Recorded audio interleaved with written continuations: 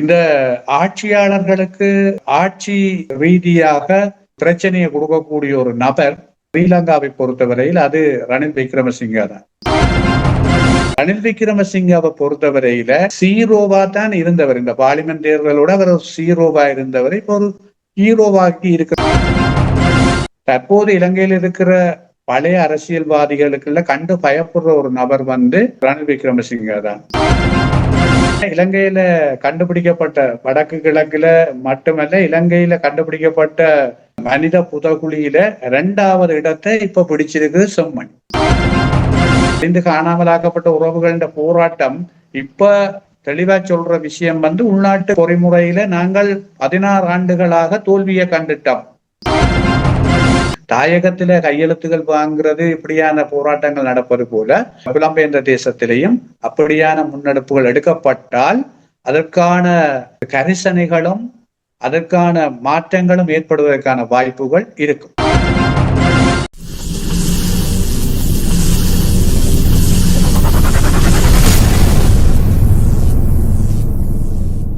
அன்பான உறவுகளுக்கு வணக்கம். நீங்கள் பார்த்து கொண்டிருப்பது STS தமிழ் தொலைக்காட்சி. STS தமிழ் தொலைக்காட்சியில் வாரம் இடம்பெற்றுக் கொண்டிருக்கின்ற அரசியல் ஆய்வுக்களத்தோடு இணைந்திருக்கின்றோம். அரசியல் ஆய்வுக்களத்தோடு எங்களோடு வளமையாக பல ஆண்டுகளாக இணைந்திருக்கின்ற திரு சபா கோதாஸ் அவர்கள் இணைந்திருக்கின்றார். இவர் வடக்கு மாகாண சபையின் முன்னாள் உறுப்பினராகவும் அது மட்டும் இல்லாமல் வரலாற்று ஆசிரியராகவும் அத்தோடு இன்னும் சிறப்பாக அரசியல் ஆய்வாளராகவும் இன்னும் பல பொது விடயங்களில் ஈடுபட்டுக் கொண்டிருக்கிற சபா கோதாஸ் அவர்களை இந்த அரசியல் ஆய்வுக்களத்தில் இணைந்து கொள்கிறோம். வணக்கம் சபா. வணக்கம் ரவானா, நேயர்கள் அனைவருக்கும் வணக்கம். இந்த வார தகவல்களோடு நாங்கள் இணைந்து கொண்டு மேலதிக விடயங்களை பார்த்துக் கொள்வோம். தற்போது ஸ்ரீலங்காவை பொறுத்தவரையில் தென்னிலங்கையில் கூடுதலாக கடந்த நாட்களில் பேசுபொருளாக இருந்த முன்னாள் ஜனாதிபதியினுடைய கைது, அதன் பின்னரான அந்த நீதிமன்றத்தின் முன்னால் நடந்த ஆர்ப்பாட்டங்கள், அது தொடர்பாக அவர் பிணையில் விடுவிக்கப்பட்ட விவகாரங்கள், அதைவிட அவர் தற்போது வைத்தியசாலையிலிருந்து வீடு திரும்புகின்ற போது, அவர் வெளியேறுகின்ற போது கையில் அவர் கொண்டு செல்கின்ற புத்தகம் ஒரு பேசு பொருளாக இருந்து கொண்டிருக்கிறது. அதே நேரம் முன்னாள் அமைச்சர்கள் பலர் தற்போது கைதாகி சிறையில் அடைக்கப்பட்டிருக்கிறார்கள். அதில் குறிப்பாக ராஜித சேனாரட்ன, முன்னாள் அமைச்சர் ராஜித சேனாரட்ன கடந்த நாட்களில் அவருக்கு பிடியாணை விடுத்திருந்த போதும் அவர் தலைமறைவாகி இருந்து தற்போது நீதிமன்றத்தில் ஆஜராகி 1 மாத சிறை தண்டனை போடப்பட்டிருக்கிறது. அதைவிட அத்துரலி ரத்தின தேரரும் அப்படியான முறையில் தான் அங்கு சிறையில் இடப்பட்டிருக்கிறார். அதைவிட தென்னிலங்கையில் பயங்கரவாத தடை சட்டத்துக்கு மாற்றாக புதிய பயங்கரவாத தடை சட்டம் ஒன்றை கொண்டு வருவதற்கான வேலை திட்டங்கள் முன்னெடுக்கப்படுகிறது. அதற்கான ஒரு விசேட குழு ஒன்று போடப்பட்டிருக்கிறது அரசாங்கத்தினால். அவர்கள் இந்த செப்டம்பர் மாதம் ஐநா மனித உரிமை பேரவை தீர்மானம் வருவதற்கு முன்பாக அந்த அறிக்கையை கொண்டு வந்து அதன் மூலமாக அந்த சட்டத்தை மாற்றியமைக்கலாம் என்ற ஒரு நடவடிக்கையையும் அவர்கள் முன்னெடுக்கிறதுக்கான ஏற்பாடுகளை செய்து கொண்டிருக்கிறார்கள். இதனை விட மனித உரிமை பேரவையில் வருகிற தீர்மானத்தை எப்படி தங்களுக்கு சாதகமாக மாற்றியமைக்க வேண்டும் என்ற விடயத்தில் வெளிவிவகார அமைச்சர் விஜித கேரத் உள்ளிட்டோர் பல்வேறு பணிகளை முன்னெடுப்பதாகவும் அவர் தலைமையிலான ஒரு குழு ஜெனீவா செல்ல இருப்பதாகவும் செய்திகள் வந்து கொண்டிருக்கின்றன. இதனை விட பாதாள உலக குழுவினுடைய தலைவர்கள் சிலர் இந்தோனேசியாவில் இலங்கை குற்றப்புலனாய்வு பிரிவினர்களினால் கைது செய்யப்பட்டு கொழும்புக்கு கொண்டு வரப்பட்டிருக்கிறார்கள். இதனை விட பல்வேறுபட்ட ராஜேந்திர உரையாடல்களை கொழும்பு தெற்கில் அரசாங்கம் மேற்கொண்டு கொண்டிருக்கிறது. தமிழர் தாயக பகுதியில் இந்த செம்மணி விவகாரத்தில் 3ஆம் கட்ட அகழ்வில் முதல் நாள் மனித எண்புக்கூடுகள் 16 எடுக்கப்பட்டிருக்கிறது. அதே நேரம் இந்த புதைகுழி விவகாரங்கள் சர்வதேச விசாரணையின்படியும் அல்லது சர்வதேச நாடுகளினுடைய அது சார்ந்த புதைகுழி தொழில்நுட்பம் சார்ந்தவருடைய கண்காணிப்பிலும் அது மேற்கொள்ளப்பட வேண்டும். அதற்கான ஒரு சர்வதேச நீதி கிடைக்கப்பட வேண்டும் என்ற வகையில் தமிழ் கட்சிகள் இணைந்து ஒரு கையெழுத்து போராட்டம் ஒன்றை ஆரம்பித்திருக்கிறார்கள். அதைவிட இன்னொரு தரப்பு நீதியின் ஓலம் என்ற பெயரிலும் கையெழுத்து வாங்கப்பட்டு கொண்டிருக்கிறது. அதனை விட காணாமல் ஆக்கப்பட்டோரினுடைய சர்வதேச தினமாகிய 30ஆம் தேதி பல்வேறு போராட்டங்கள் தமிழர் தாயகத்தில் ஏற்பாடு செய்யப்பட்டிருக்கிறது. குறிப்பாக யாழ்ப்பாணத்தில் கிட்டு பூங்காவிலும், அதே போல கிளிநொச்சி, மட்டக்களப்பு, திருகோணமலை, அம்பாறை, வவுனியா போன்ற மாவட்டங்கள், முல்லைத்தீவு போன்ற மாவட்டங்களிலும் அதுக்கான ஏற்பாடுகள் நடைபெற்றுக் கொண்டிருக்கின்றன. அதனை விட தமிழர் தாயகத்தில் கூடுதலாக பல்வேறு இடங்களில் இன்றைக்கு திருவிழா காலங்கள், குறிப்பாக நல்லூர் திருவிழா முடிவடைஞ்சு தற்போது செல்வச்சன்னதி ஆலயம் யாழ்ப்பாணத்தில் மிக முக்கியமாக அங்கு ஒரு சிறப்பான நிகழ்வு, அண்மையில் 108 ஜோடிகளுக்கான ஒரு திருமண நிகழ்வு ஒன்று சிங்கப்பூரில் வசிக்கின்ற ஒரு கொடையாளரால் அவர்களுடைய குடும்பத்தினரால் நிகழ்த்தப்பட்டிருக்கிறது. இப்படியான மாற்றங்களுடன் தான் தமிழர் தாயகமும் தென்னிலங்கையும் காணப்படும். முன்னாள் பிரதமர் ரணில் விக்ரமசிங்கே அவர்கள் இப்பொழுது மருத்துவமனையிலிருந்து வெளியேறி இருக்கிறார். ஆனால் மருத்துவமனையில் அவர் இருந்து வெளியேறுவதற்கு முன் கொடுக்கப்பட்ட தகவல்களுக்கும் அவர் இப்பொழுது ஒரு சுமூகமான ஒரு சாதாரண மனிதன் வருவது போல் வெளியில் வந்து செல்வதற்கும் இந்திய திரைப்படங்களில் அல்லது இந்திய அரசியல் பக்கங்களில் நடைபெறுவது போல் இவரும் ஒரு நாடகத்துக்குரியவராக நடித்து வெளியில் வந்திருப்பது போல் புலம்பெயர் நாடுகளில் பேசிக் கொள்கின்றார்கள். இதை பற்றி இந்த அரசாங்கம் தொடர்ச்சியாக மக்கள் மத்தியில் பாரிய விமர்சனங்களை எதிர்கொண்டு வருகிற சூழலில் மக்களிடையே ஒரு மாற்றத்தை தங்கள் சார்பாக ஏற்படுத்திக் கொள்ள வேண்டும் என்ற வகையில் தான் ரணில் விக்ரமசிங்காவிடம் கை வைத்தவர்கள். அது மாத்திரமல்ல, அதில் இன்னொரு உள்ளார்ந்த நோக்கம் இருக்கிறது. இந்த ஆட்சியாளர்களுக்கு ஆட்சி ரீதியாக பிரச்சனையை கொடுக்கக்கூடிய ஒரு நபர் ஸ்ரீலங்காவை பொறுத்தவரையில் அது ரணில் விக்ரமசிங்கா தான். சர்வதேச ரீதியான பல தொடர்பாடல்கள் இருக்கிறது. இவருக்கு அறிமுகமான தரப்புகள் அரசியல், சர்வதேச அரசியல் மட்டுமல்ல, சர்வதேச புலனாய்வு, சர்வதேச ஊடகம் எல்லாவற்றிலும் இவரை தெரியும். ஏனென்றால் இவர் சாதாரண மனிதர் இல்லை. இவர் 50 ஆண்டுகளை கடந்து அரசியல் செய்கின்ற, அரசியல் பரப்பில் இருக்கிற ஒரு நபர் ஆனபடியால் அவர் தான் தங்களுக்கு எதிர்காலத்தில் சில வேளைகளில் ஒரு பிரச்சனை கொடுப்பவராக இருக்கலாம் என்ற பயம் ஒன்று மறைமுகமாக இந்த அனுர தரப்புக்கு இருக்கிறது. அதன் காரணமாக அவரை ஏதோ ஒரு வகையில் பிழையானவர் என்ற வகையில் காட்ட வேண்டிய தேவைப்பாடு இருந்தது. ஆனால் அவர் தொடர்பான பல பெரிய பெரிய குற்றச்சாட்டுகள் இருந்தும் அந்த குற்றச்சாட்டுகளில் அவரை கைது செய்யாமல், உதாரணமாக பிணைமுறை மோசடி என்றது மிக ஒரு பாரிய ஊழல்.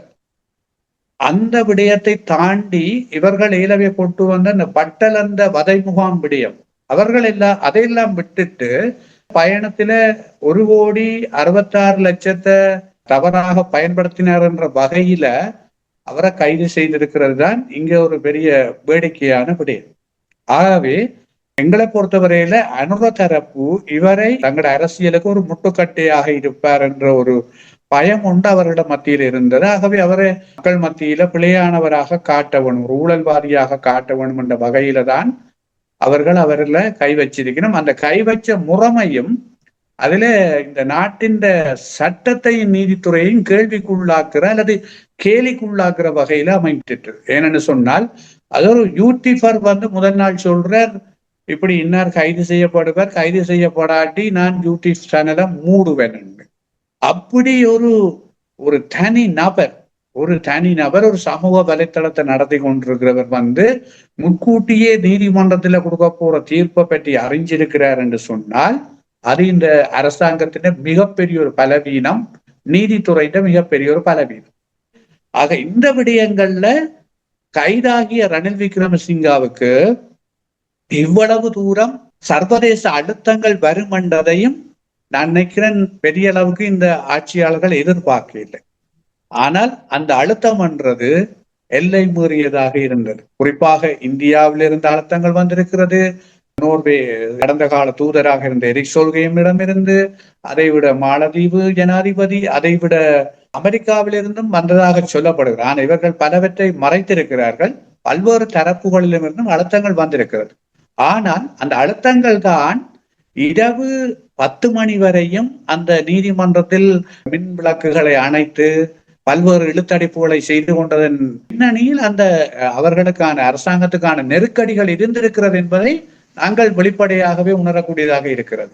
அதன் பின்னணியில் தான் அவர்கள் அவரை சிறையில் போட்டார்கள். ஆனால் அவர் மிக கரியன் தந்திரசாலி. அவர் அங்கு சென்று தன்னுடைய மருத்துவ காரணங்களை காட்டி 2 மணித்தியாலங்களில் சிறைச்சாலையிலிருந்து வைத்தியசாலைக்கு போயிருக்கிறார். போய் அங்க தன்னுடைய மருத்துவ அறிக்கைகள் எல்லாவற்றையும் சமர்ப்பித்ததன் அடிப்படையில அந்த பிரதான மருத்துவரை சொல்லியிருக்கிறார், இவர் நீதிமன்றத்துக்கு வரக்கூடிய கண்டிஷன்ல அவர்கள் உடல்நிலை இல்லை, ஆனபடியால எவருக்கும் வழங்கப்படாத ஒரு நீதித்துறையில சூம் வழியாக அவர் நீதிமன்றத்துல அந்த வழக்கு நடக்கிற போது கதைக்கக்கூடிய ஒரு ஏற்பாடு செய்து கொடுக்கப்பட்டது. அதன் பிற்பாடு அவர் பிணை வழங்கப்பட்டது. இன்றைக்கு 2 நாட்களாக அந்த வைத்தியசாலையிலிருந்து வெளிக்கிடைக்குள்ள பிரித்தானியாவினுடைய முன்னாள் பிரதமர் அவர் இந்த கொரோனா டைம் பல்வேறு சிக்கல்கள் வந்த போது பதவியை விலகி சென்றவர். அவர் தன்னுடைய சுயசரிதை எழுதின அந்த புத்தகத்தை கையில வச்சு கொண்டு அவர் வெளிக்கிட்டு போகிறார். இப்படியான இந்த செயற்பாடுகள் இந்த ரணில் விக்ரமசிங்காவை பொறுத்தவரையில சீரோவா தான் இருந்தவர். இந்த பார்லிமெண்ட் தேர்தலோட அவர் ஒரு சீரோவா இருந்தவர். இப்போ ஒரு ஹீரோவாக்கி இருக்கிற மாதிரி தான் என்ன பொறுத்தவரையில இருக்கு. நான் அந்த ஆரம்பத்திலேயே என்னுடைய முக புத்தகத்துல போட்ட நான் சீரோவை ஹீரோவாக்கின எல்போட்டுகள் சொல்லி எல்போட்டு சொல்லி ரணில் விக்ரமசிங்க தான் அன்ற அரசாங்கத்தை ஒரு கட்டத்துல சொன்னவர். அதே மாதிரியான செயற்பாடு தான் அங்க நடந்திருக்கிறது. ஆகவே இதுல என்ன பொறுத்தவரையில அனுர தரப்பு தற்போது இலங்கையில் இருக்கிற பழைய அரசியல்வாதிகளுக்குள்ள கண்டு பயப்படுற ஒரு நபர் ரணில் விக்ரமசிங்க தான். ஏனென்று சொன்னால் இன்றைக்கு ரணில் விக்ரமசிங்க கோட்டாபய ராஜபக்ச வெளியேறின பிறகு அவர் கேஸ் பிரச்சனை, பெட்ரோல் பிரச்சனை, மின்சார பிரச்சனை எல்லாத்திலையும் இருந்து அந்த லைன்களை வெட்டி எப்படி ஒரு புது வியூகம் அமைச்சு கொடுத்தாரோ அந்த வியூகத்திலே தான் இப்ப அனுர அரசு ஓடிக்கொண்டிருக்காரு. எந்த மாற்றமும் இல்லை. அவர் வரி அறவிட்டதை விட மோசமாக இப்ப இவர்கள் வரி அறவிடணும். ஆகவே இந்த விவகாரம் உள்நாட்டுல நீங்கள் கேள்வி கேட்டது போல பேசப்படுகிற விடயம் ஒரு சீரோவை ஹீரோவாக்கி இருக்கணும். எதிர்காலத்துல எப்படி இனி அரசியல் நகரும். நான் நினைக்கிறேன் இன்றைக்கு வைத்தியசாலையில இருந்து வெளியேற அந்த காட்சியும் பல்வேறு விடயங்களை எதிர்காலத்துல சொல்ற மாதிரியான ஒரு குறியீடா தான் இருக்கும். பொறுத்திருந்து பார்ப்போம். 2 மணி நேரம் 16க்கும் மேற்பட்ட எலும்புக்கூடுகள் அங்கே எடுக்கப்பட்டதாக அறியப்படுகின்றது. 100 சொச்சத்தில் நின்றது, மீண்டும் இவர் 16 சேர்க்கப்படுகின்றது. இப்படி இருக்கின்ற இந்த சூழ்நிலையிலே வெளிநாட்டு அமைச்சர் ஜெனீவாவில் போய் சிங்கள அரசுகள் தமிழர்களுக்கு துரோகம் விளைவிக்கவில்லை, இல்லை தமிழர்களை கொன்று புதைக்கவில்லை என்ற கருத்தை பரிமாறப் போகின்றாரா? இந்த விவகாரம் இப்பொழுது அரசாங்கத்துக்கு ஒரு திரட்டாகத்தான் ஏற்படுத்தப்பட்டிருக்கு. என்னன்னு சொன்னால் இதுல மிக பிரதானமாக அந்த கொலை சம்பவங்கள் காலத்தில் அந்த உடலங்களை புதைப்பதற்கு பொறுப்பாக இருந்த சோமரத்ன ராஜபக்சன்னு சொல்லப்படுகிற அந்த கைதி இவர்களுக்கு ஒரு பெரிய பிரச்சனையாக இன்றைக்கு அமைஞ்சிருக்கிறார். அவர் தொடர்ச்சியாக கொடுத்த வாக்குமூலங்கள். அது மாத்திரமல்ல, இலங்கையில கண்டுபிடிக்கப்பட்ட வடக்கு கிழக்குல மட்டுமல்ல, இலங்கையில கண்டுபிடிக்கப்பட்ட மனித புதகுழியில 2வது இடத்தை இப்ப பிடிச்சிருக்கு செம்மண். நான் நினைக்கிறேன் காலப்போக்கில் அகழ்ந்தெடுக்க போகின்ற எண்ணிக்கையில பொறுத்து சில வேளைகள்ல 1வதாக போகக்கூடிய வாய்ப்புகளும் இருக்கு. அப்படி வருகிற போது இவர்கள் என்ன பொறுத்தவரையில இத உள்நாட்டுக்குள்ள நாங்கள் இந்த பிரச்சனைக்கான தீர்வை கொடுப்போம்னு தான் கதைக்க போயிடும். இந்த அரசாங்கம் அப்படித்தான் நிக்குது. இப்போ அவன் நிலப்பாட்டை பார்க்கல உள்ளக பொறிமுறை பற்றி தான் நம்ம பேசி கொண்டிருக்கணும். உள்ளக பொறிமுறையில தான் தாங்கள் இதுக்கு தீர்வு கொடுப்போம் என்று சொல்லிக்கணும். ஆகவே இதுதான் இங்கே தமிழ் மக்களுக்கு இருக்கிற பிரச்சனை. இதுதான் வலிந்து காணாமலாக்கப்பட்ட உறவுகளின் போராட்டம். இப்ப தெளிவா சொல்ற விஷயம் உள்நாட்டு பொறிமுறையில நாங்கள் 16 ஆண்டுகளாக தோல்வியை கண்டுட்டோம், இனி இதை நம்ப தயார் இல்லை. இவர்களுடைய செயற்பாடுகள் கூட நம்பிக்கை கொடுக்கிறதாக இப்ப எதுவுமே இல்லை. ஆனபடியால இதுக்கு ஒரு சர்வதேச குற்றவியல் நீதிமன்றத்துல இதுக்கு ஒரு விசாரணை நடத்த வேணும்னு தான் நம்ம தெளிவா சொல்லிக்கணும். இதுக்குள்ள அரசாங்கம் இதுல தந்திரோபாயமா தான் நகர போகுது. இந்த அரசாங்கம் இதுக்குள்ள நாங்கள் ஃபர்ஸ்ட் டைம் வந்திருக்கிறோம். இதுல கடந்த கால ஆட்சியாளர்கள் செய்த தவறுகள் தான். ஆகவே இதுல எங்களுக்கு ஒரு முதல் தர தீர்மானத்தை நாங்கள் உள்நாட்டுக்குள்ள இதை கையாளுறோம், நீங்கள் அதை கேட்டால் போல் தாருங்க என்றுதான் இவங்க கேட்க போறாங்க. அதற்கு சாதகமாகத்தான் இந்த பயங்கரவாத தடை சட்டத்தை மாத்திரம் என்ற ஒரு நாடகத்தை இப்ப ஆரம்பிச்சிருக்கிறாங்க. அப்ப இதெல்லாம் மொத்தத்துல இந்த அரசாங்கம் இந்த உள்நாட்டுக்குள்ள தாங்கள் முடிப்போம் என்ற கதையில தான் அங்க நிக்க போகுது. ஆகவே இதுதான் இங்க இருக்கிற எங்களுக்கு இருக்கிற பிரச்சனை. ஏன்னா முதல் தரமா இவங்க கடந்த கால ஆட்சியாளர்களோட வித்தியாசமா முதல் தரம் வந்திருக்கிறாங்க. அப்ப இவங்க சொல்ல போறாங்க இது கடந்த கால ஆட்சியாளர்கள் தான் செய்யறது, இதுக்கு எங்களுக்கு சம்பந்தம் இல்லை, நாங்கள் இதுக்கான ஒரு நியாயத்தை கொடுக்கறதுக்கு எங்களுக்கு முதல் ஒரு சந்தர்ப்பம் தாங்கன்னு கேட்கலதான் இந்த தீர்மானம் எங்களுக்கு சாதகமாக இல்லாமல் பாதகமாக பலவீனப்படுறதுக்கான வாய்ப்பு இங்கே இருக்குது. இதுலதான் நாங்கள் பாதிக்கப்பட்ட தரப்பு ஒரு கோரிக்கையா இருக்கணும். இன்றைக்கு தாயகத்தில கையெழுத்துகள் வாங்குறது இப்படியான போராட்டங்கள் நடப்பது போல புலம்பெயர்ந்த தேசத்திலையும் அப்படியான முன்னெடுப்புகள் எடுக்கப்பட்டால் அதற்கான கரிசனைகளும் அதற்கான மாற்றங்களும் ஏற்படுவதற்கான வாய்ப்புகள் இருக்கும். எங்களுடைய தமிழ் கட்சிகள் அல்லது சில கோணம் என்று இருந்தாலும் கூட கஜேந்திரகுமார் பொன்னம்பலம் அவர்கள் மிக ஆளுமையாக எங்களுடைய பலிகளை அன்று தொட்டு இன்று வரையில் பாராளுமன்றத்தில் பிரதம மந்திரிக்கு முன்னால் பரிமாற்றப்பட்டு கொண்ட அந்த விடயம் ஊடகம் வழியாக பார்க்கக்கூடியதாக இருந்தது. இப்படியான பரிமாற்றங்கள் நாங்கள் கூறுவதில் பார்க்க அவர்களுக்கு இவை அனைத்தும் தெரிந்தது அல்லவா? அப்படி இருக்கும்போது இது எவ்வளவு எங்களுக்கான ஒரு சாதகத்தை கொண்டரும் என்று நீங்கள் நினைக்கிறீர்கள்? இந்த ஆட்சியாளர்களை பொறுத்தவரையில் கடந்த கால ஆட்சியாளர்கள் போலதான் இராணுவத்தை தாங்கள் காட்டி கொடுக்க தயாரில்லை என்பதில் அவர்கள் தெளிவா இருக்கணும். ஆனபடியால இங்க நடந்த பிரச்சனை எல்லாம் இராணுவத்தை வச்சுதான் நடந்தது. இப்ப நாங்கள் நீதி கேட்கிற பிரச்சனை இல்ல, பாதிக்கப்பட்ட மக்களின் முழு பிரச்சனைக்கும் இராணுவம் தான் செய்தது. ஆனால் செய்விச்சது ஆட்சியாளர்கள். இராணுவம் செய்திருக்கு, செய்த இராணுவத்தினர்களுடைய ஆதாரங்கள் எல்லாமே இருக்கு. ஆனபடியால இவர்கள் இராணுவத்தை காட்டி கொடுக்க மாட்டோம் என்று சொல்ற இவர்களால எப்படி சர்வதேச நீதி பொறிமுறைக்கு வெளியக நீதி விசாரணைக்கு இவர்கள் இடம் கொடுப்பார்கள் என்ற கேள்வி எழுகிறது. அந்த கேள்வியிலேயே எங்களுக்கு பதில் தெரியும், இவர்கள் அதை ஒரு காலம் ஒத்துக்கொள்ள மாட்டோம். ஏனென்றா குற்றம் இழைச்சவையே அவர்கள் வெளியில கொண்டு போறதுக்கு தயாரா இல்லை. ஆனபடியால இதுதான் இந்த இடத்துலதான் சோமரட்ன ராஜபக்ச என்ற வாக்கு மூலம் மிக பெருமதியானது. அவன் தெளிவா சொல்லி சந்திரிகா காலத்துல ஆட்சி காலத்துல கைது செய்யப்பட்டு காணாமலாக்கப்பட்டார்கள் எல்லாரும் கூடுதலா அந்த செம்மணி மணியந்தோட்டம் போன்ற புதைகுழிகளில புதைக்கப்பட்டிருக்கணும். அந்த புதைக்கப்பட்ட விடயம் கூட ஒன்றுமில்லாமல் நிர்வாணமாக உயிரோட புதைக்கப்பட்ட மாதிரி தான் இருக்கு. ஏன்னு சொன்னா அதுல தடயங்கள் அடிகாயங்கள் இல்லையன்ற மாதிரி தான் இப்ப சொல்லப்படுது. அதுல இன்னும் உத்தியோகபூர்வமாக தடயவியல் ஆய்வாளர்களால எந்த அறிக்கையும் சமர்ப்பிக்கப்படல. படாத போதும் அந்த செயற்பாட்டை செய்கிறாக்களுக்கு ஓரளவுக்கு அந்த அவைகள்கிட்ட அறிவு இருக்கிற அறிவை கொண்டு சொல்லினும் அப்படியான தடயங்கள் இல்லையாண்டா. அப்படியாண்டா உயிரோட தான் அவ்வளவு பேரும் புதைக்கப்பட்டிருக்காங்க. உயிரோட புதைக்கப்பட்டாங்களா அல்லாட்டி சோமரட்ன ராஜபக்ச சொல்லுவது போல பொடிகள் தான் வந்ததா, அதை எப்படி கொல்லப்பட்டனம்ன்றதை விஞ்ஞானபூர்வமான அறிக்கைகளை கொண்டு ஆராயவும்.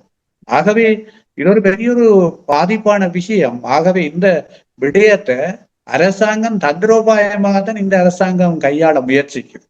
அதாவது இது வெளியில போனால் நாட்டுக்கு பெரிய பிரச்சனை வரும், அதே நேரம் பாதிக்கப்பட்ட மக்களினுடைய நீதியானது இந்த நாட்டையே சில நேரங்கள்ல துண்டாடும் மட்டதை வைக்க தெரியும். ஆகவே இந்த ஆட்சியாளர்களும் ஆட்சி அரங்கில இல்ல சிங்கள மக்களாலேயே துடை தெரியப்படுறதுக்கான வாய்ப்புகள் இருக்கும்.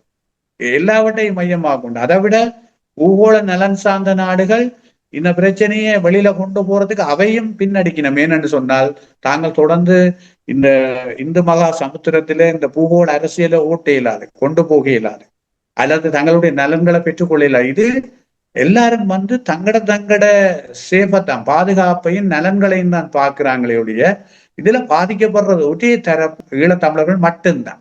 என்ன பொறுத்தவரையில நாங்க மட்டும்தான் இதுல பாதிக்கப்படுறோம்.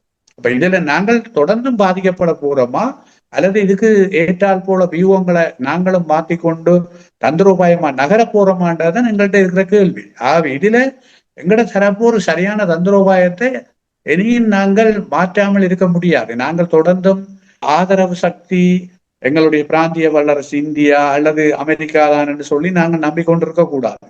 அதை விட எங்களுக்கு இந்த இதுவரை மனித உரிமை பேரவையில எதிர் சக்திகளா இருந்தவையை நாங்கள் நேச சக்திகளாக மாற்றவும், எங்களுக்குள்ள நேச சக்திகளாக மாற்றி நயந்திர ரீதியாக நாங்கள் சில முன்னகர்வுகளை எடுத்தால்தான் இதுல மனித உரிமை பேரவையில் இருக்கிற விடயத்தை ஐநா பாதுகாப்பு கவுன்சிலுக்குள்ளால கொண்டு போய் ஏதோ ஒரு நடவடிக்கை எடுக்கிறோம். நாங்கள் ஐநா பாதுகாப்பு கவுன்சிலுக்குள்ள எங்களுக்கு இது சாதகமா வராதுன்னு நாங்கள் கடிதம் எழுதி கொண்டிருக்க கூடாது. அதுக்கு நாங்கள் தந்திரோபாயங்களை கையாளணும். இது எதிரிக்கு பிடி உடுக்குமா போலதான். அண்மையில இலங்கை தமிழரசு கட்சி எழுதின கடிதத்துல சொல்லப்பட்டிருக்கு, இது பாதுகாப்பு கவுன்சிலுக்குள்ள எங்களுக்கு சாதகமா இல்லையா, அப்படி நாங்கள் கடிதம் எழுதக்கூடாது. இதுவரை பாதுகாப்பு கவுன்சிலுக்குள்ள ஒவ்வொரு நாடுகளுக்கும் கொண்டு வரப்பட்ட தீர்மானங்களை பாதிப்பான நாடுகள் வகையில சீனா அதை ஆதரிக்கவே இல்லை. நாங்கள் ஒவ்வொன்றையும் நாங்க சீனாவை கண்டுதான் பயப்படுறோம், ஆனா சீனா ஆதரிக்கவே இல்லை. ஆகவே நாங்கள் கடந்த கால ஹிஸ்டரிய வரலாறையும் பார்க்கணும். அதாவது ஐக்கிய நாடுகள் சபையில பாதுகாப்பு சபைக்குள்ள வர்ற தீர்மானங்களை எந்தெந்த இடத்துல சீனா ஏற்றிருக்குது, சீனா அதை நடுநிலை வகிச்சிருக்கின்றதை நாங்கள் பார்க்கணும். ஆகவே நாங்கள் அந்த விளக்கங்கள் இல்லாமல் நாங்களாயே அந்த கதவை அடைக்கக்கூடாது, அல்லது எதிரிக்கு நாங்கள் சாதகமாக்கி விடக்கூடாது. ஆகவே நாங்கள் தந்திரோபாயங்களை கையாளணும். ரோம் சாசனத்துல கையெழுத்து இலங்கை வைக்கணுமென்று வெளிநாடுகள் வலியுறுத்த வேண்டும் என்று சொல்கிற அதே நேரத்துல நாங்கள் பாதுகாப்பு கவுன்சிலுக்குள்ளால எப்படி எங்களோட விடயத்தை நகர்த்தலாம் என்றதையும் அந்த நாடுகளை வச்சு நாங்கள் கையாள வேணும். நாங்கள் தந்திரோபாயம் இல்லாமல் வெறுமனே நாங்கள் ஒரு வழியை மட்டும் பார்த்து கொண்டிருக்கிறதாலதான் நாங்க பலவீனப்படுறோம். இதுதான் இங்கே நடக்கிற மிக முக்கியமான விடயம்.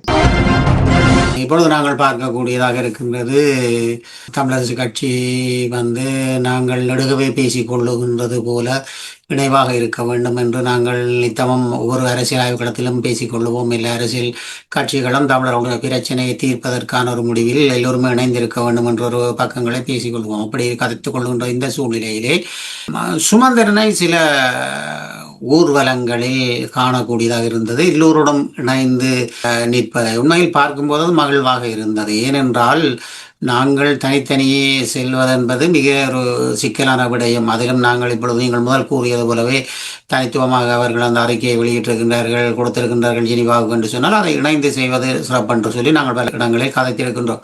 அதுபோன்று இவர்கள் சில இடங்களில் இணைந்திருக்கின்றார்கள். இது தொடருமா அல்லது இது சிறப்பாக இருக்கும் என்று நாங்கள் பார்க்கக்கூடிய தொடருமா? தொடர வேணும். என்னன்னு சொன்னால், அதாவது அவையல் ஒண்ட புரிஞ்சு கொள்ளணும். ஒரு ஆளின் திறமை மட்டும் ஒரு இனத்தை பலப்படுத்தாது. எல்லோருடைய திறமைகளும் ஒன்றாக சேர்ந்து கூட்டான முடிவுகள் எடுக்கிற போதுதான் ஒரு இனத்துக்கான சரியான விடுதலை பாதையை நாங்கள் எடுக்க இயலும். அதாவது ஒரு போராட்டம் என்றது ஒரு தலைவர் நடத்தினார் என்று இல்லை, பல தளபதிகள் சேர்ந்து, பல புலனாய்வாளர்கள் சேர்ந்து, பல போராளிகள் சேர்ந்துதான் ஒரு போராட்டத்தை கட்டி எழுப்ப இயலும். தனியாக ஒரு ஆள் கட்டி எழுப்ப இயலாது. ஆனால் ஒரு லீடர்ஷிப் இருக்கணும், அதுக்கு ஒரு தலைமத்துவம் கட்டாயம் வேணும். ஆகவே இதுலயும் தமிழரசு கட்சி தலைமை தரங்க கூடாது என்று யாருமே சொன்னது கிடையாது. எந்த மற்ற கட்சிகள் யாருமே சொன்னது கிடையாது. ஆகவே இந்த விடயத்தை அவர்கள் தெளிவா புரிஞ்சு கொள்வோம். இதுல அவர் தவறு விடையினம் என்னன்னு சொன்னால், தாங்கள் அந்த தலைமத்துவத்தை எல்லாரையும் சேர்த்து எடுக்க அதை பின்னடிக்கணும். அதுக்கு அவர்கள் டார்கெட் பண்ற ஒரு விஷயம் தேர்தல் என்ற இலக்கம் மட்டும்தான் அவர்கள் வச்சுக்கொண்டு தனிச்சு நிக்கணும்னு யோசிக்கணும். அதுதான் கடந்த காலத்துல இந்த தமிழ் தேசிய கூட்டமைப்பிலிருந்து அவர்கள் விலையினத்துக்கான அடிப்படை காரணம். அதால பாதிக்கப்பட்டிருக்கணும். அதே இன்றைக்கு உள்ளூராட்சி மன்றங்கள்ல வச்சுக்கொண்டு ஒரு சில சபைகள்ல தவிசாளர்களை எடுத்ததை வச்சுக்கொண்டு அவர்கள் தவறான முடிவுக்கு போகக்கூடாது. ஏனென்றால் அது எல்லாருடைய ஆதரவும் தான் அது அவர்கள் தவிசாளர்களாக வருவதற்கு மறைமுகமாக காரணமா இருந்தது. ஆகவே அவை எல்லாத்தையும் விட்டுட்டு அதுகளும் ஒரு பக்கம் தேர்தல்ன்றதும் ஒரு இலக்கா இருக்கணும். ஆனால் எங்களுடைய இனம்ன்றது தேர்தலை மட்டும் இனக்கா கொண்டிருக்கிற இனம் இல்லை. எங்களுடைய இனம் அடிப்படைகளை இழந்திருக்கிற இனம். ஆகவே அதுல என்ன பொறுத்தவரையில தமிழரசு கட்சி தலைமத்துவத்தை எல்லா கட்சிகளையும் இணைச்சு பயணிக்கிற ஒரு நிலப்பாட்டில சரியான அறத்தை பேணக்கூடிய வகையில கட்டமைப்பை உருவாகும். சரியான அறம் இருக்கணும். அறம் இல்லாட்டி என்ன பொறுத்தவரையில அதெல்லாம் ஒரு கேலி கூத்தா போயிடும். இப்ப இன்றைக்கு ஒரு கூட்டத்துல அடுத்த நாள் வேற ஒரு கூட்டத்துல போய் நிக்கிறது, அல்ல அடுத்த நாள் ஊடகத்துல விமர்சிக்கிறது, இப்படியானதெல்லாம் அறம் இல்லை. அது ஒரு தர்மத்துக்கே பிழையான விஷயம், அரசியல் தர்மத்துக்கே பிழையான விஷயம். ஆனபடியால ஒற்றுமையா இருக்கிறது தான் இங்கே இருக்கிறார்களும் அதைத்தான் விரும்பிடும். ஒற்றுமையா நிக்கல கேட்கணும். இது எத்தனை நாளைக்கு கீழே நீங்க கொமெண்ட்ல பார்க்கலாம். இந்த ஒற்றுமை எத்தனை நாளைக்கு? அடுத்த தேர்தல் வந்தா 3ஆவது வீங்களா 4ஆவது வீங்களான்னு கேட்கிறாங்க. உண்மையில அவங்களோட அந்த கொமெண்ட்டை நாங்க நியாயமா தான் பார்க்கணும். ஏன்னு சொன்னா அப்படித்தான் கடந்த காலத்துல நடந்திருக்குது. ஆகவே அதுல இருந்து மாறுபட்டு இனியும் ஒன்றுபடாவிட்டா பலவீனமான சூழ்நிலை இனத்துக்கு உருவாகும். இப்படி பார்க்கின்ற பொழுது இன்றைய இந்த சூழ்நிலைகள் ஆனது எரிவா பற்றி பார்க்கும் பொழுது எங்களுக்கு கிடைக்கக்கூடிய எங்களோட பக்கத்துக்கான ஆதரவு கிடைக்கக்கூடிய சூழ்நிலைகள் இப்பொழுது கையொப்ப படிவங்கள், அதுபோல தமிழரசு கட்சி கொடுக்கப்பட்ட விடயம், அது போன்று மற்ற கட்சிகள் இணைந்து அனுப்பப்பட்ட விடயம் என்று சொல்லி பார்க்கின்ற பொழுது இதனால் ஏதாவது சிறப்பு பக்கங்கள் கிடைக்குமா? இந்த அனுப்பப்பட்ட கடிதங்கள் எல்லாமே ஒரு விடயத்தை தெளிவா சொல்லி இருக்குது. இனப்படுகொலை ஒன்று நடந்திருக்குது, அதே நேரம் சர்வதேச நீதி பொறிமுறைக்குள்ள இதை கொண்டு போகணும்னு சொல்லி எல்லா கடிதமும் அந்த விடயத்திலே ஒற்றுமையா தெளிவு வலியுறுத்தி இருக்குது. அதுதான் இங்க இருக்கிற ஒரு பிளஸ் பாயிண்ட். ஆகவே இந்த விடயம் கண்டிப்பா அந்த நாடுகளால கருத்துல கொள்ளப்படும். அத மாதிரி இன்னும் பல கடிதங்களை அனுப்பி அதுல இங்க ஒரு இனப்படுகொலை நடந்திருக்கு, பாதிக்கப்பட்ட மக்களுக்கு உள்ளக பொறிமுறையில நீதி கிடைக்காது, அது கிட்டத்தட்ட 16 ஆண்டுகளாக அவர்கள் ஏமாற்றப்பட்டுட்டோம். ஆகவே இது ஒரு சர்வதேச விசாரணை பொறிமுறைக்குள்ள கொண்டு போகணும் அல்லது குற்றவியல் நீதிமன்றத்துல வச்சுதான் இது விசாரணை நடத்த வேணும் என்று சொல்லி எல்லோருமாக கடிதம், புலம்பெயர் தேசத்துல இருக்கிறார்கள் எல்லாரும் எழுதினா மனித உரிமை பேரவையால ஏதாவது ஒரு தீர்மானத்துக்கு வர வேண்டும். தொடர்ந்து ஏமாற்றி கொண்டிருக்க இயலாது. ஆகவே இந்த கடிதங்கள் எல்லாம் ஒரு பிரதான இலக்கை வலியுறுத்தி இருக்கிறது என்பது ஒரு சந்தோஷமான விடயம். உண்மையும் அதுதான். நாங்கள் பார்க்கின்ற பார்வையாகவும் நாங்கள் பல விடயங்களை தமிழரசு கட்சி சார்பாகவும் வைத்திருக்கின்றோம். அதாவது தமிழரசு கட்சி என்பது அரசியல் என்பதை நடத்துவதற்கான காலப்பகுதி என்பது முதல் தமிழர்கள் 2009 பிறகு மௌனித்த காலங்களுக்கு பிறகு எங்களுக்கு தேவையான விடயங்களை பெற்றுக் கொடுப்பதற்கான மக்களுக்கு பெற்றுக் கொடுப்பதற்காக எல்லோரும் இணைந்து நிற்கும்படியும் கேட்டுக்கொண்டோம் பல அரசியல் ஆய்வுகளத்திலே. அதுபோன்று அதன் பின் நீங்கள் அரசியலை நடத்துவதை நாங்கள் தவிர்க்கவும் இல்லை. அதுபோன்று முக்கிய விடயங்களில் நீங்கள் இணைந்திருந்து கொண்டு நீங்கள் உங்களுடைய அரசியல் பாதையை ஒரு கட்சிகளும் இணைத்து செயற்படுவதை பற்றியும் நாங்கள் பெருசாக தவறு கூறவில்லை. சுதந்திரத்தோடு மக்கள் வாழக்கூடிய ஒரு விடயத்தை பெற்றுக் கொடுத்து போட்டு நீங்கள் உங்கள் அரசியலை சிறப்பாக அரசியல் கதிரைகளுக்காக பின்பு செயலாற்றுவது நன்று. இப்பொழுது அரசியல் கதிரைகள் முக்கியமல்ல, எங்களுக்கான ஒரு ஆளுமையான தமிழர்களுக்கான வாழ்வு உரிமையோடு எங்களுக்கான அங்கீகாரங்கள், புத்தர் சிலைகள் எல்லா இடமும் அரங்குகிறாமலுக்கு பாதுகாக்கக்கூடிய காணிகள், வீடுகள், உரிமைகளை பாதுகாக்கக்கூடிய தகவல்களோடு நீங்கள் அதை பெற்றுக் கொடுத்து விட்டு பின் அரசியலை நடத்தலாம் என்றுதான் நாங்கள் பலமுறை கூறிய விடயம். இதில் நாங்கள் சபாகோதாசம் நானும் கதைக்கின்ற பொழுது நாங்கள் அதைத்தான் கதைத்துக் கொள்கின்றோம். அந்த வகையில் இணைந்து நிற்பது தமிழரசு கட்சி சிறப்பு. இந்த இணைவு தொடர வேண்டும் என்று நாங்கள் கேட்டுக்கொண்டு இன்றைய அரசியல் ஆய்வுகளத்தில் எங்களோடு இணைந்திருந்த சபாகோதாஸ் அவர்கள், இவர் வடக்கு மாகாண சபையின் முன்னாள் உறுப்பினராகவும் அது மட்டுமில்லாமல் வரலாற்று ஆசிரியராகவும் அத்தோடு அரசியல் ஆய்வாளராகவும் அத்தோடு இன்னும் சிறப்பாக பல பொதுப்பணிகளை செய்கின்ற ஒரு சிறந்தவராகவும் இவரை நாங்கள் இன்றைய அரசியல் ஆய்வுகளத்தை சந்தித்தமையிட்டு மகிழ்ந்து கொள்வதோடு மீண்டும் ஒரு அரசியல் ஆய்வுகளத்தில் இணைந்து கொள்வோம். நன்றி, வணக்கம். நன்றி தேவாண்ணா. நல்ல உறவுகளை நீங்கள் இதுவரை பார்த்தது அரசியல் ஆய்வுக்களம். அடுத்த அரசியல் ஆய்வுக்களத்தில் இணைந்து கொள்வதை உங்களிடமிருந்து விடைபெற்றுக் கொள்கின்றோம். நன்றி, வணக்கம். இந்த ஆட்சியாளர்களுக்கு ஆட்சி ரீதியாக பிரச்சனையை கொடுக்கக்கூடிய ஒரு நபர் ஸ்ரீலங்காவை பொறுத்தவரையில் அது ரணில் விக்ரமசிங்க தான். ரணில் விக்ரமசிங்காவை பொறுத்தவரையில சீரோவா தான் இருந்தவர். இந்த பார்லிமெண்ட் தேர்தலோட அவர் சீரோவா இருந்தவர் இப்ப ஒரு ஹீரோவாக்கி இருக்கிறார். தற்போது இலங்கையில் இருக்கிற பழைய அரசியல்வாதிகளுக்குள்ள கண்டு பயப்படுற ஒரு நபர் ரணில் விக்ரமசிங்க தான். இலங்கையில கண்டுபிடிக்கப்பட்ட வடக்கு கிழக்குல மட்டுமல்ல, இலங்கையில கண்டுபிடிக்கப்பட்ட மனித புதகுழியில 2வது இடத்தை இப்ப பிடிச்சிருக்கு செம்மண். காணாமலாக்கப்பட்ட உறவுகளின் போராட்டம் இப்ப தெளிவா சொல்ற விஷயம் உள்நாட்டு பொறிமுறையில நாங்கள் 16 ஆண்டுகளாக தோல்வியை கண்டுட்டோம். தாயகத்தில கையெழுத்துகள் வாங்குறது இப்படியான போராட்டங்கள் நடப்பது போல புலம்பெயர்ந்த தேசத்திலேயும் அப்படியான முன்னெடுப்புகள் எடுக்கப்பட்டால் அதற்கான கரிசனைகளும் அதற்கான மாற்றங்களும் ஏற்படுவதற்கான வாய்ப்புகள் இருக்கும்.